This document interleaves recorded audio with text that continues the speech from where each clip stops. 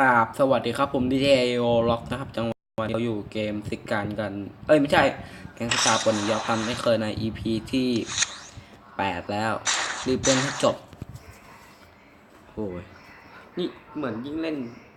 มันเล่นแล้วมันไม่ขึ้นที่เลยนะเล่นอยู่ที่เลยนอกบ้านเขารถอะไรเข้ามาขายเสียงดังตุ้มใช่ครับ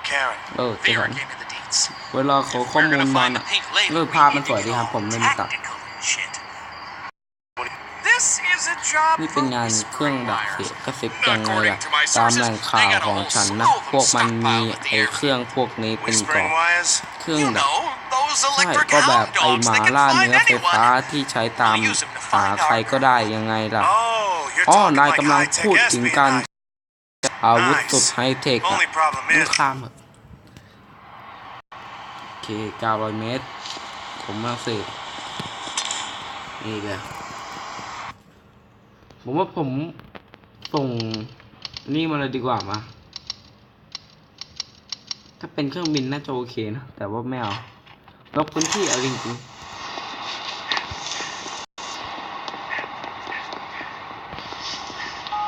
คุณดีบ้าE-man, you there? Huh? Yeah. I'll just be catching a few thieves while you drive, so wake me up when you need me. เสียงท่อดังมากเลยบอกตรง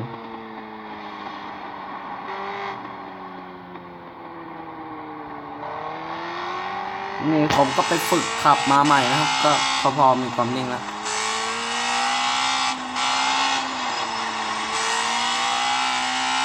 คือเหมือนว่าเขาจะให้เราเข้าค่ายทหารมั้งครับชัวร์เลยไปที่ฐานทัพหรือว่าเราจะไปทำการคุยกับทหารวะโอ้โหรถถังมีเลยสัตว์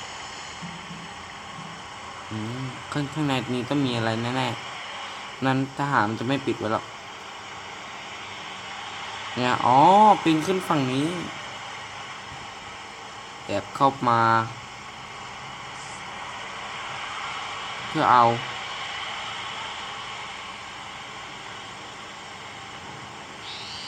เข้ามาตรงนี้โอเคจัดไปแต่ผมคงจะไม่เข้าฝั่งนั้นครับ เดี๋ยวต้องเตรียมตัวยังไม่เข้าเลยเพิ่งยิงกูสักแล้วแป๊บนึงซื้อชุดเกราะก่อนเกราะกล่องยาพาราเซตามอล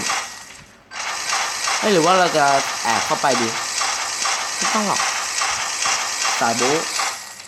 ว่าแอบเข้าไปสเตลเข้าไปน่าจะมันกว่า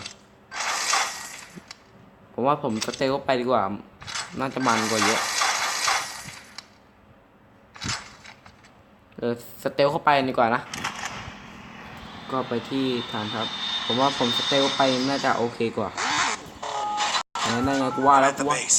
Do you have a security code for me or something? Damn it, E-man. I need a diversion. Whoa! What's all that noise? It's the army. They're kind of pissed that I'm here. Why didn't you wake me up? Go to the hangar. Our gizmos will be there. จบเริ่มใหม่ไม่เป็นไรผมว่าสเตลเข้าไปน่าจะโอเคกว่านะใช่ผมว่าสเตลไปโอเคกว่า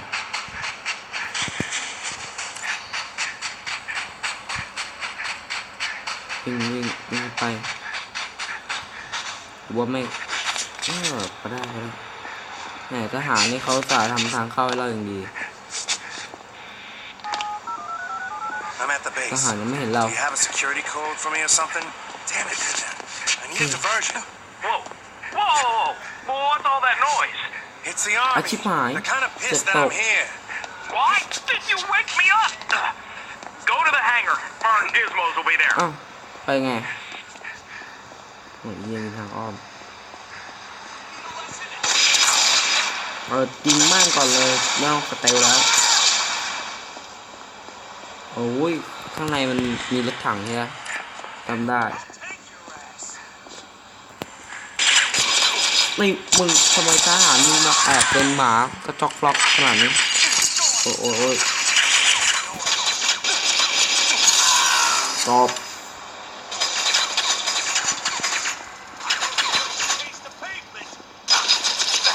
แล้วไม่ต้องกลัวตายนะเพราะว่าเรามีกล่องยาเยอะ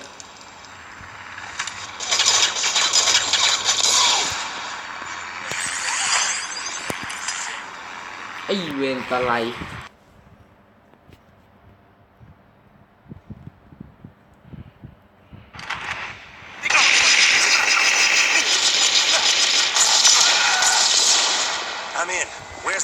รถถังพวกนี้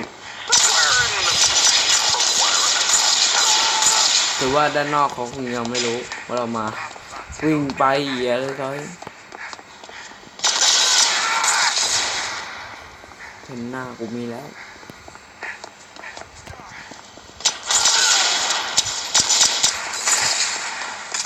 กระสุนที่ตกตามพื้นก็ต้องเก็บมึงอะไรแล้วกูลงมาทำไมบ้าไอ้สัสพิซซ่าขึ้นมาได้แล้วกูมีโ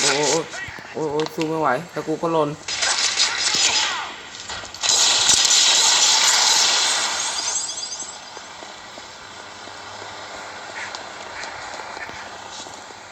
ได้ตรงนี้แม่งตีนไม่ได้นี่จะดีมาก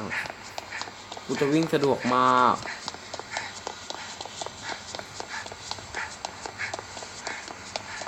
ผมไม่มีตัวอะไรมาขัดกูเลยนะ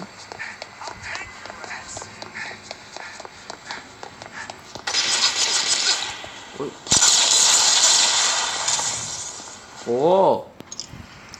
กี่ทีนะ7 นาทีโอเคส่วนที่ยังหลบหน้ายังมีทหารอีกเยอะมุ่งตรงมาที่ตำแหน่งของกูห้องการเฮลิคอปเตอร์โอเคเฮลิคอปเตอร์ก็ลอยลำอยู่เหนือหัวเราจะไม่เปิดตัวมันเข้ามาโอ้ยเยอะรถขึ้นนะ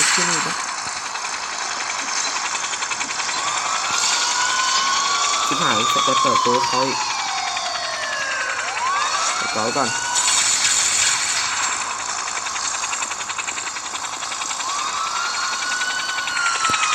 ไอ้รถคันนี้ก็โดนสไนเปอร์ยิงก็แตกเหมือนกัน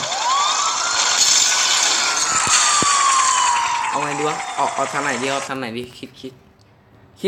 ดต้องหนีด้วยเครื่องบิน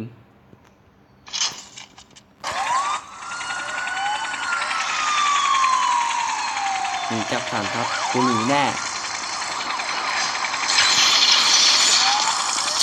เกลียดแล้วกูปัดให้มึงโดยเฉพาะเร็ว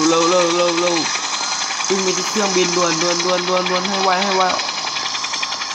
เร็วโอ้นั่งดิไอ้สัตว์ขึ้นเลยสัตว์เชี่ยเราก็ต้องออกไปข้างนอกด้วยนะออกไงดีวะออกยังไงดีโอ้คิดว่ามีแบบอะไรเราปีนสักเล็กน้อยยึดแม่ปีนออกอะแล้วแม่งก็ปีนไม่ได้สู้มากเลยกูวิ่งหนีจากฐานทัพกูหนีแน่โอ้วิ่งหมดมานาวิ่งมาไม่สนใจวิ่งอย่างเดียวจะหยุดวิ่งคำเตือนอย่าหยุดวิ่งเกาะหมดยาหมดไตไม่จัดไปนี่ยิงมิสไซล์ทางกูดิสัตว์แต่กูก็ล้มวิ่งอย่างเดียวต้องวิ่งสายไปโอ้ยแต่องกูเตี้ยเฉียดไปเที่ยววิแม่งเพลินไม่สัตว์โอ้โห อ้เครื่องบินหัวควายวันหลังมาใกล้กูหน่อยไอ้เหี้ยก็ยิงตังเลยโอ้โหเหี้ยเลยโอ้อย่างนี้ไม่พ้นหรอกไอ้เหี้ยเอ้ยกูไปไหนไม่ได้เลยยังไม่ทันไปเลยกูก็โดนแล้วกูยิงแม่งเลยเร็วๆปาระเบิดไอ้เหี้ยไม่ลุกเลยนะโอ้โหไปไหนไม่ได้อะเอาจริงๆเชี่ยโหดว่ะโหดซื้อแพ็คยาไว้ก่อน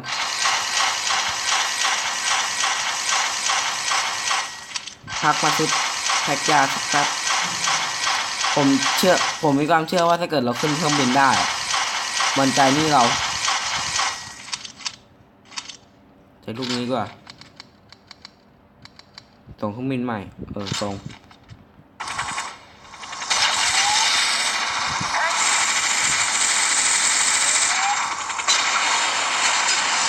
นี่แหละค่อยใกล้หน่อยก็เร็วโก้เร็วไอ้เหี้ยเร็วดิเอ้ยโอ้เกือบโดนเครื่องบินกู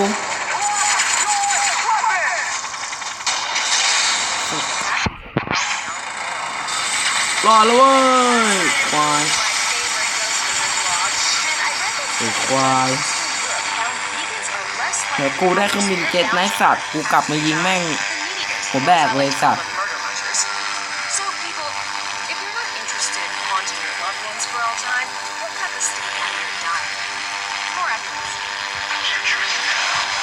นี่ฟ้าแดง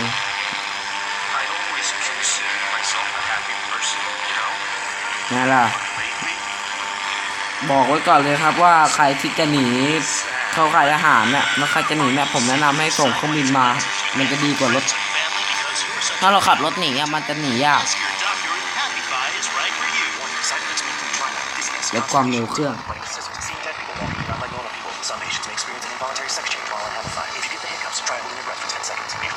Contact your doctor if your teeth and/or hair begin falling out. Happify is not intended for use in diets that include protein and/or carbohydrates. Happify has changed my life forever. Thanks, Doc.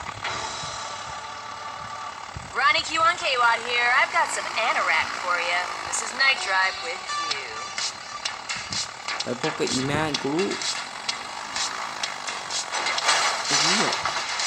เนี่ยเวรหลุดฟอตเตอร์ท่านอย่างกูว่าหลุดขออนุญาตตัดก่อนแล้วหลุด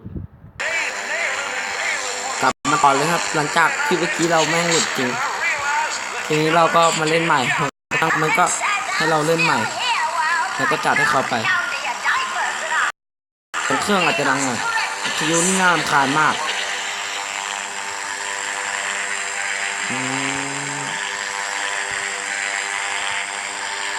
โอ้ย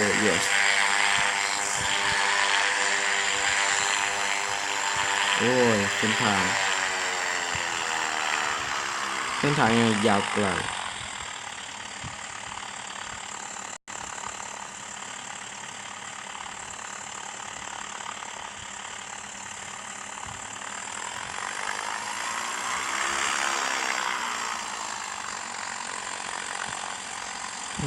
ลงจอดจ้างจอดเย็นมีที่ลงจอดแบบใหม่แล้ว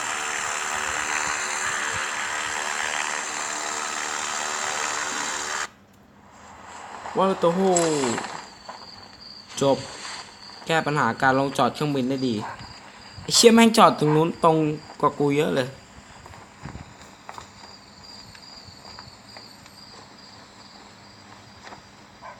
พอดีเปียบ Thanks for coming to get me. So what's next? Next, I'm gonna go back to that nap. โอ้ไม่ฟังโอเคจบ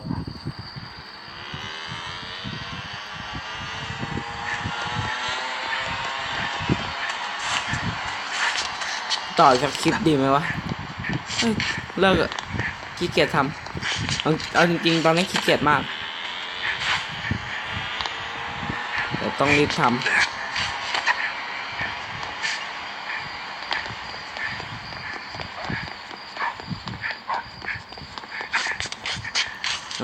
ดังนั้นกู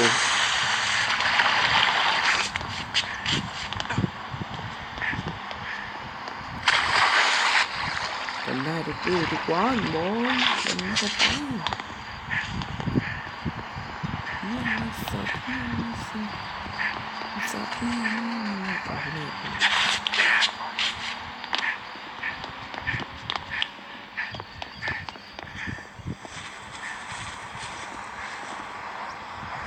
ก็สำหรับคลิปนี้นะครับใครที่ชอบก็ลืมกดไลค์